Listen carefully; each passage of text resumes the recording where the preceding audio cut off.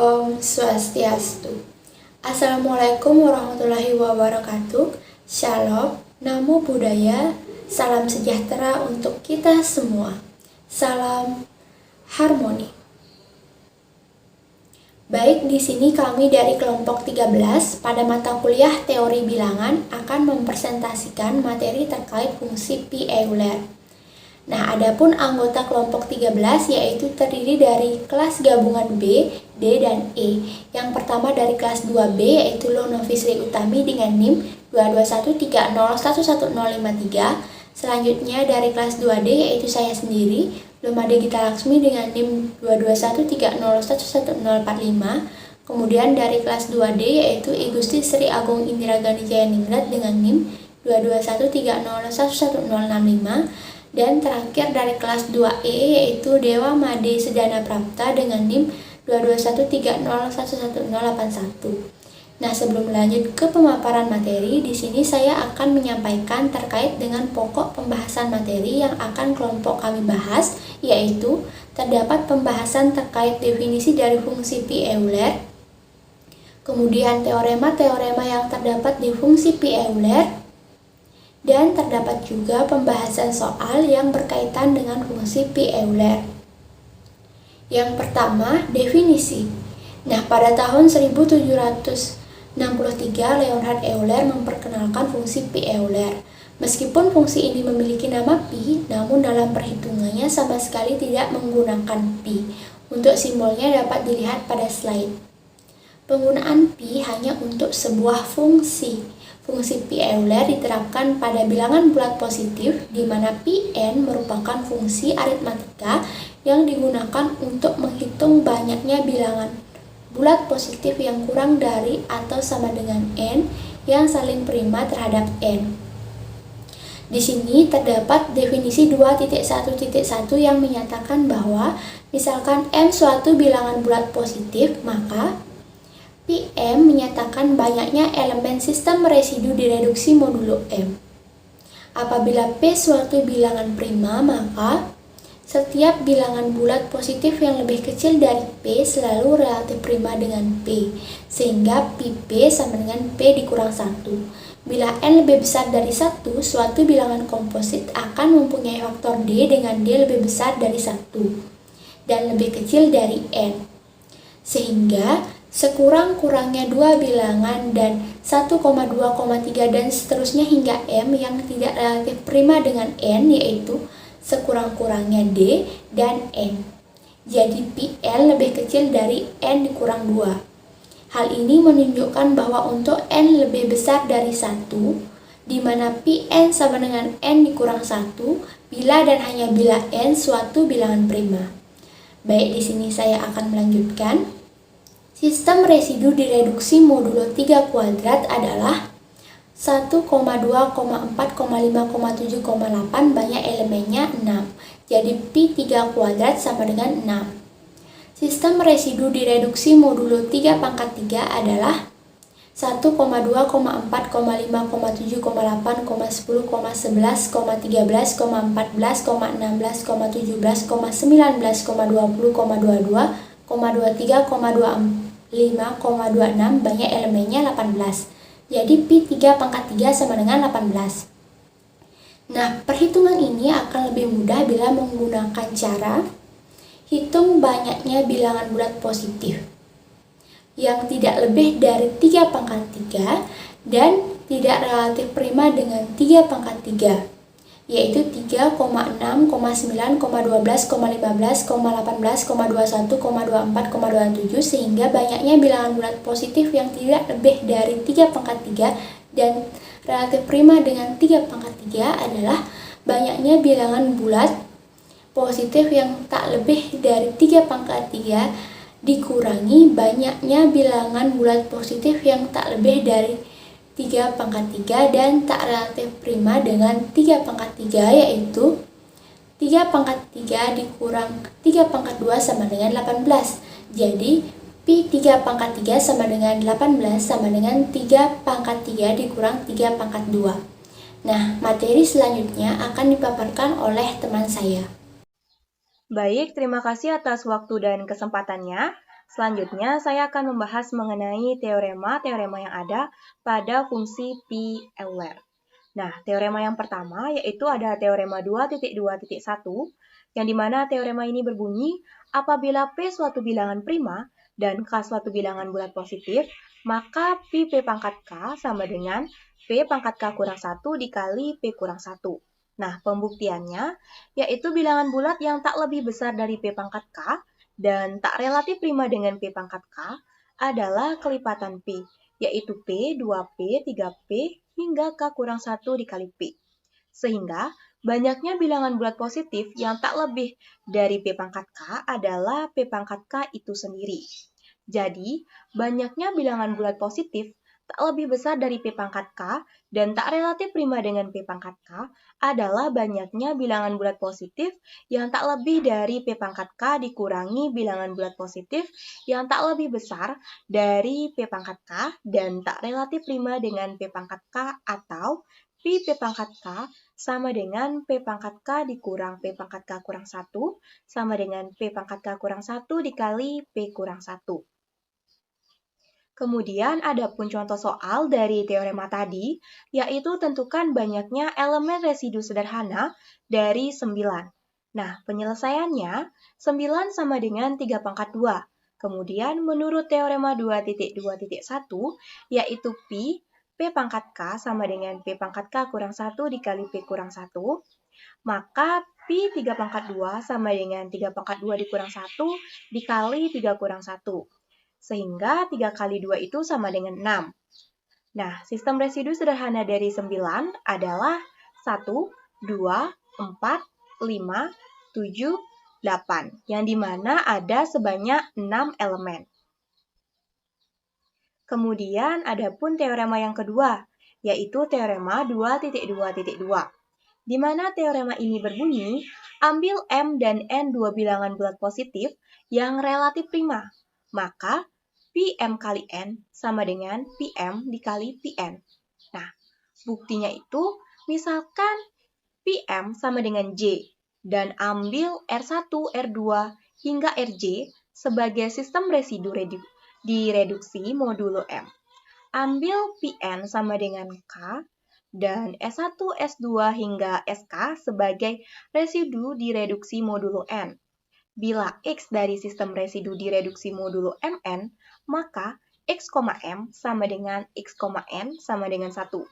Karena itu, X identitas RH modulo M dan X identitas SI modulo N untuk suatu H dan I. Jadi, X identitas RH modulo M dan X identitas SI modulo N dan X elemen sistem residu direduksi modulo Mn, maka X, Mn sama dengan 1. Jadi, sistem residu direduksi modulo Mn dapat diperoleh dengan menentukan semua X sedemikian sehingga X sama X identitas RH modulo M dan X identitas SI modulo N untuk suatu H dan I. Kemudian menurut teorema sisa, pasangan H dan I menentukan sebuah X tunggal modulo Mn. Nah, jelas perbedaan pasangan HI menghasilkan X yang berbeda. Jadi, ada JK pasangan semacam itu. Karenanya, sistem residu direduksi modulo Mn mempunyai Mn elemen, sehingga P M dikali N sama dengan PM dikali Pn terbukti. Kemudian contoh soal dari teorema ini adalah jika M sama dengan 11 dan N sama dengan 7, hitunglah nilai dari P M dikali N sama dengan PM dikali Pn. Nah, penyelesaiannya, 11 dan 7 merupakan dua bilangan bulat positif yang relatif prima, karena EPB 11,7 itu sama dengan 1. Jadi, kita dapat menggunakan teorema 2.2.2, yaitu PM dikali N sama dengan PM dikali Pn. Sehingga P11 kali 7 sama dengan P11 dikali P7 sama dengan 10 dikali 6 sama dengan 60. Baik, untuk selanjutnya akan dilanjutkan oleh rekan saya. Saya akan melanjutkan materi P Euler terkait teorema 2.2.3, di mana bunyinya yaitu bila N lebih besar daripada 1, maka nilai Pn sama dengan N dikali P produk 1 min 1 per P di mana P merupakan bilangan prima pembagi dari N. Pembuktiannya yaitu N sama dengan P1 pangkat E1 dikali P2 di pangkat E2 dikali P3 pangkat E3 sampai seterusnya dikali PR pangkat ER. Dengan PJ adalah bilangan prima yang berbeda dengan J sama dengan 1, 2, 3 sampai seterusnya sampai dengan R. Kemudian dapat kita rubah menjadi Pn sama dengan P dikali P1 pangkat E1 dikali P2 pangkat E2 dikali P3 pangkat E3 dikali seterusnya sampai dengan PR pangkat ER. Lalu dapat kita pecah menjadi P dikali P1 pangkat E1 dikali P dalam kurung P2 pangkat E2 dikali P dalam kurung P3 pangkat E3 dikali seterusnya dikali P dalam kurung PR pangkat ER. Kemudian nilai tersebut dapat dioperasikan menggunakan teorema 2.2.1 di mana yang berbunyi P dalam kurung P pangkat K sama dengan PK kurang 1. Kemudian dapat diubah menjadi P1 pangkat E1 dikurang 1 dikali P1 min 1 dalam kurung P2 pangkat E2 min 1 dikali P2 min 1 dalam kurung P3 pangkat E3 min 1 dikali P3 min 1 dan seterusnya sampai dengan PR pangkat ER min 1 dikali PR min 1. Kemudian dapat kita pisahkan antara bilangan yang berpangkat dan tidak, sehingga menjadi P1 pangkat E1 min 1 dikali P2 pangkat E2 min 1 dikali P3 pangkat E3 min 1 sampai seterusnya sampai PR ER min 1 dikali dengan P1 min 1 dalam kurung dikali P2 min 1 dikali P3 min 1 sampai seterusnya dikali PR min 1. Kemudian kita operasionalkan lagi menggunakan sifat eksponen bilangan berpangkat di mana A pangkat M min N sama dengan AM per AN, sehingga memperoleh di Pn sama dengan dalam kurung P1 pangkat E1 dikali P2 pangkat E2 dikali P3 pangkat E3 sampai seterusnya sampai PR pangkat ER. Kemudian dibagi P1 kali P2 dikali P3 kali PR lalu dikali dalam kurung P1 min 1 dalam kurung P2 min 1 dikali dalam kurung P3 min 1 sampai dengan dikali PR kurang 1. Nilai dari P1 E1 P2 E2 dikali P3 E3 sampai seterusnya dikali PR ER merupakan nilai yang sama dengan N, sehingga kita dapat ubah menjadi N. Selanjutnya kita keluarkan nilai N lalu melakukan perkalian silang antara 1 per P1 P dikali P2 dikali P3 kali sampai seterusnya PR dikali dengan dalam kurung P1 min 1 P2 min 1 P3 min 1 sampai seterusnya PR min 1, sehingga nilai dari Pn sama dengan N dikali dalam kurung 1 min 1 per P1 dikali dalam kurung 1 min 1 per P2 dikali dalam kurung 1 min 1 per P3 dikali seterusnya sampai dengan dikali 1 min 1 per PR, sehingga nilainya sama dengan teorema 2.2.3 di mana Pn sama dengan N dikali P produk 1 min 1 per P di mana P merupakan pembagi dari N. Contoh soal dari 2.2.3. Tentukan nilai dari P42%. P42 merupakan hasil perkalian dari 2 dikali 3 dikali 7. Jadi cara pertama menggunakan metode teorema 2.2.1 di mana menggunakan faktorisasinya dari 42, sehingga P42 sama dengan P2 dikali P3 dikali P7. Lalu masukkan ke rumus teorema 2.2.1 di mana hasilnya menjadi 2 pangkat 0 dikali 3 pangkat 0 dikali 3 min 1 dikali 7 pangkat 0 dikali 7 min 1, sehingga dihasilkan 1 dikali 2 dikali 6 sama dengan 12.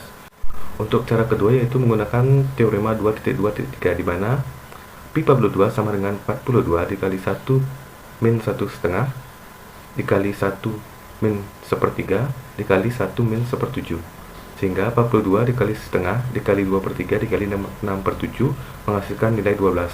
Jadi baik mau menggunakan cara yang 2.2.1 maupun teorema 2.2.3 hasilnya sama. Teorema 2.2.4 berbunyi untuk N nilai N lebih besar atau sama dengan 1, maka sigma PD dengan D merupakan bilangan pembagi N, maka hasilnya adalah N. Bukti, misalkan N sama dengan P pangkat E, P merupakan bilangan prima, maka sigma P D, di mana D pembagi N sama dengan P1 ditambah PP ditambah PP pangkat 2 ditambah seterusnya sampai dengan P pangkat PE sama dengan, kita masukkan persamaan di atas itu ke rumus teorema 2.2.1 sehingga mendapatkan 1 tambah P pangkat 1 min 1 dikali P min 1 ditambah P pangkat 2 min 1 dikali P min 1 ditambah seterusnya sampai dengan ditambah P pangkat E min 1 dikali P min 1, sehingga memperoleh hasil 1 tambah P min 1 ditambah P dikali P min 1 ditambah seterusnya sampai dengan ditambah P pangkat E-1 dikali P-1. Kemudian kita operasionalkan menghasilkan 1 tambah P-1 tambah P2 min P tambah seterusnya sampai dengan tambah P pangkat E dikurang P pangkat E-1. Lalu kita dapat operasionalkan secara biasa dikurangkan sehingga hanya tersisa nilai P pangkat E. Nah, nilai P pangkat E itu sama dengan nilai N sesuai dengan soal, maka teorema 2.2.4 itu terbukti. Contoh soal 2.2.4. Misalkan N sama dengan 12. Hitunglah nilai dari sigma PD dengan D pembagi N, di mana D adalah faktor positif dari N dan D menyatakan fungsi Euler untuk D. Penyelesaian. Faktor-faktor dari 12 adalah 1, 2, 3, 4, 6, dan 12. Misalkan kita perlu menghitung sigma dari P D, di mana D pembagi dari 12. Maka kita masukkan ke rumus P1 ditambah P2 tambah P3 tambah P4 tambah P6 tambah P12. Nilai fungsi Euler untuk masing-masing faktor relaksasi dari 12 adalah untuk P1 sama dengan 1 karena 1 adalah relatif prima dengan semua bilangan termasuk dirinya sendiri. Untuk P2 sama dengan 1 karena 2 hanya relatif prima terhadap 1. Untuk P sama dengan 3 adalah 2 karena 3 relatif prima dengan 1 dan 2. Untuk P4 sama dengan 2 karena 4 hanya relatif prima dengan 1 dan 3. Dan untuk P6 sama dengan 2 karena 6 hanya relatif prima terhadap 1 dan 5. Untuk P12 sama dengan 4 karena 12 relatif prima dengan 1, 5, 7, dan 11. Jadi kita dapat menghitung nilai dari sigma PD dengan D pembagi dari 12 sama dengan P1 ditambah P2 ditambah P3 tambah P4 tambah P6 tambah P12. Yang mana sesuai nilai yang kita dapatkan tadi, maka didapatkan 1 tambah 1 tambah 2 tambah 2 tambah 2 tambah 4 sama dengan 12. Jadi jika nilai N-nya 12, maka sigma dari PD D pembagi 12 adalah 12. Baik, untuk materi selanjutnya akan dilanjutkan oleh rekan saya. Baik, di sini saya akan melanjutkan presentasi dari rekan saya, yaitu materi teorema 2.2.5. Jika FPB AM sama dengan 1 dan R1, R2 hingga RPM adalah bilangan-bilangan bulat positif yang kurang dari M. Dan masing-masing merupakan relatif bilangan prima dengan M. Maka AR1, AR2, AR3 hingga ARPM kongruen modulo M dengan R1, R2, R3 hingga RPM dalam pasangan-pasangannya. Pembuktiannya harus dibuktikan AR1 tidak kongruen ARJ modulo M untuk 1 lebih kecil dari I, J lebih kecil dari M dan tidak sama dengan J. Harus dibuktikan pula bahwa AR1, M sama dengan 1 untuk I sama dengan 1, 2, 3 hingga M. Misalkan AR1 sama dengan ARJ modulo M, maka AR1 sama dengan ARJ modulo M karena AM sama dengan 1. Bila R1 kongruen RJ modulo M, ini berarti R1 kongruen RJ sama dengan K kali M untuk suatu bilangan bulat K. Karena R1 lebih kecil dari M, dari RJ lebih kecil M, maka hanya mungkin RI kurang RJ sama dengan 0. Jadi RI sama dengan RJ, atau bila I tidak sama dengan J, maka ARI tidak kongruen ARJ modulo M. Sekarang misalkan ARI, M tidak sama dengan 1. Untuk I sama dengan 1, 2, 3 hingga PM. Misalkan ARI dan M mempunyai faktor prima P. Ini berarti P habis dibagi M, P habis dibagi ARJ. Bila P habis dibagi ARI, maka P habis dibagi A, atau P habis dibagi RI. Bila P habis dibagi M dan P habis dibagi A, maka AM tidak sama dengan 1. Ini bertentangan dengan ketentuan. Jadi P habis dibagi A. Bila P habis dibagi M dan P habis dibagi RI, sehingga P bukan faktor persekutuan dari ARI dengan M, atau ARI, M sama dengan 1 untuk I sama dengan 1, 2, 3 hingga PM. Sekarang AR1, M sama dengan 1 untuk I sama dengan 1, 2, 3 hingga M. Dari AR1 tidak kongruen ARJ modulo M, sedangkan R1, M sama dengan 1. Dan R1 tidak kongruen RJ modulo M untuk I tidak sama dengan J. Maka AR1, AR2, AR3 hingga ARPM sama dengan R1, R2, R3 hingga RPM modulo M. Terbukti. Contoh 2.2.5. Misalkan A sama dengan 7 dan M sama dengan 15. Temukan pasangan bilangan bulat positif R1, R2 hingga R14 yang kurang dari 15 dan relatif prima dengan 15. Kemudian, tentukan kongruensi modulo M antara AR1, AR2, AR3 hingga AR14 dengan R1, R2, R3 hingga R14 dalam pasangan-pasangannya. Penyelesaiannya, bilangan bulat positif yang kurang dari 15 dan relatif prima dengan 15 adalah 1, 2, 4, 7, 8, 11, dan 13.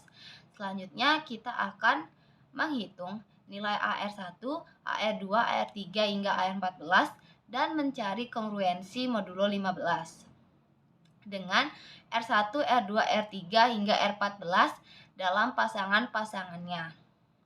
AR1 sama dengan 7 kali 1 sama dengan 7 modulo 15, kongruensi dengan 7 modulo 15. AR2 sama dengan 7 kali 2 sama dengan 14 modulo 15, kongruensi dengan 14 modulo 15. AR3 sama dengan 7 kali 4 sama dengan 28 modulo 15, kongruensi dengan 13 modulo 15.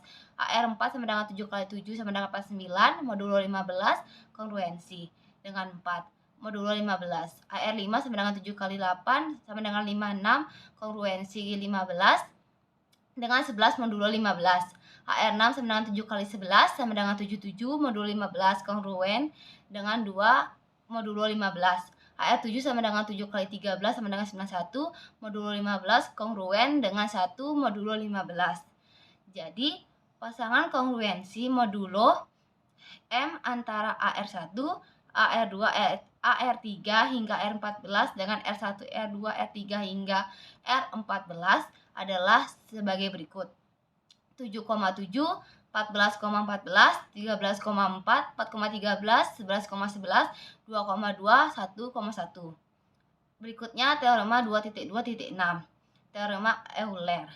Jika M suatu bilangan bulat positif dan AM sama dengan 1, maka A pangkat PM kongruen 1 modulo M.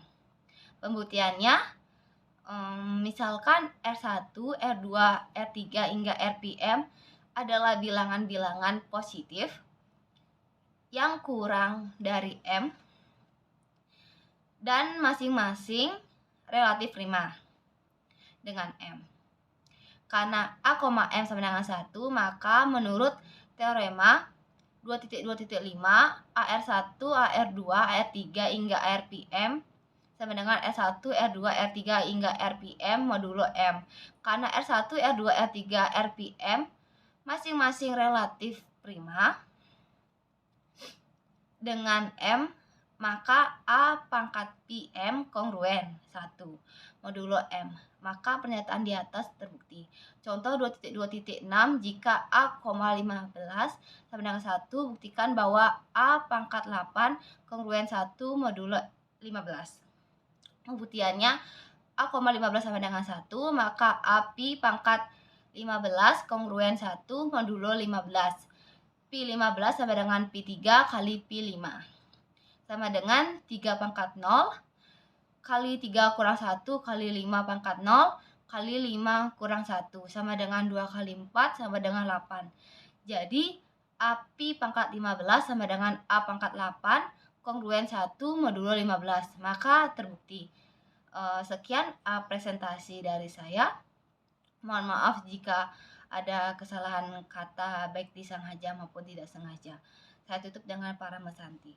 Om Santi Santi Santi Om.